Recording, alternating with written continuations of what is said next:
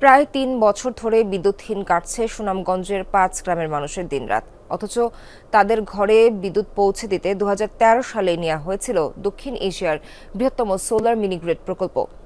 ৩.৩১ কোটি টাকার প্রকল্প থেকে মাত্র ১ বছর সুবিধা পায় গ্রামবাসী। এরপর উৎপাদন বন্ধ করে দিলেও পুরো টাকাই হাতে নিয়েছে ঠিকাদারের প্রতিষ্ঠান রহিম আফরোজ।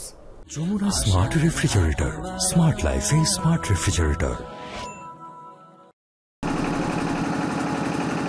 সুনামগঞ্জের হাওর বেষ্টিত শাল্লা উপজেলার ৫টি গ্রামকে বিদ্যুতের আওতায় আনতে সোলার মিনিগ্রিড প্রকল্প হাতে নেওয়া হয় ২০১৩ সালে। ৩১ কোটি ৪৩ লাখ টাকার প্রকল্পে পিক আওয়ারে অগ্রাধিকার দেয়া হয় ৪ শতাধিক পরিবারকে। প্রকল্প বাস্তবায়নে ২০ কোটি ৩০ লাখ টাকা দেয় জলবায়ু পরিবর্তন ট্রাস্ট। ২০১৮ সালে প্রকল্পের কাজ শেষ হলে মাত্র ১ বছর ঠিকমতো বিদ্যুৎ সুবিধা পায় গ্রামবাসী। এরপর থেকেই দেখা দেয় বিভ্রাট। সবশেষ ২০২২ সালে বন্যায় ক্ষতিগ্রস্ত দেখিয়ে বন্ধ করা হয় উৎপাদন। প্রকল্পটা যে সময় আনা হয় সেই সময় আমরা বুঝতেই পারছি না এটা যে এই ধরনের ঘটনা। যখন আনিয়া সেটা আমরা ৬ ঘন্টা করে বিদ্যুৎ ১ বছর পাইছি। ৩৩ কোটি ৪২ লক্ষ প্রায় ৪৩ লক্ষ টাকা এখানে শুধু তারা এইটা দিয়া প্রতারণা করে আত্মসাৎ করেছে এবং অপচয় করেছে, এলাকার ক্ষতি করেছে। প্রত্যেকটা বাড়ি বাড়ি মিটার আছিল, মিটারের নিচে গিয়ে এখন আর এই পল্লী বিদ্যুতের মিটার দিতেছে না।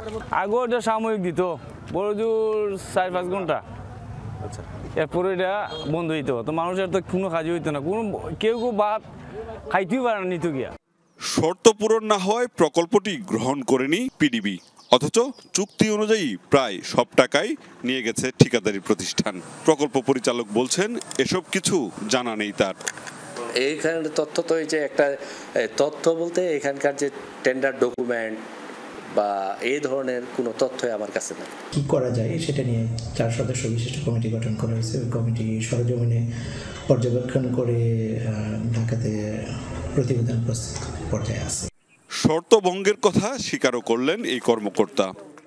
প্রজেক্টের পিএসি এবং প্রভিশন অ্যাকসেপ্ট সার্টিফিকেট এবং এফএসি পরে হ্যান্ডওভার হয়, কিন্তু এটা পিএসি হয়েছে কিন্তু এটা এফএসি হয় নাই। কারণ এফএসি শর্তগুলি যে বিজার সেটা পূরণ করে নাই, পূরণ না করাতে তার পেমেন্টও হয় নাই, পেমেন্টও দেওয়া হয়নি।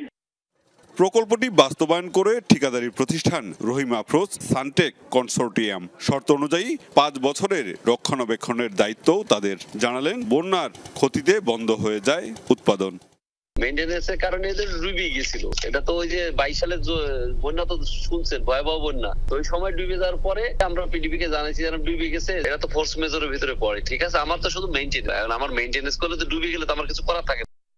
সবশেষ তথ্য অনুযায়ী ৪.৫ বছরে ২,৮২,৬৫২ ইউনিট বিদ্যুৎ ব্যবহার করে ৪৯৭ জন গ্রাহক। প্রতিদিন গড়ে ০.৩৮ ইউনিট, যে চিত্রই বলে দেয় কতটুকু কার্যকর ছিল এই প্রকল্প।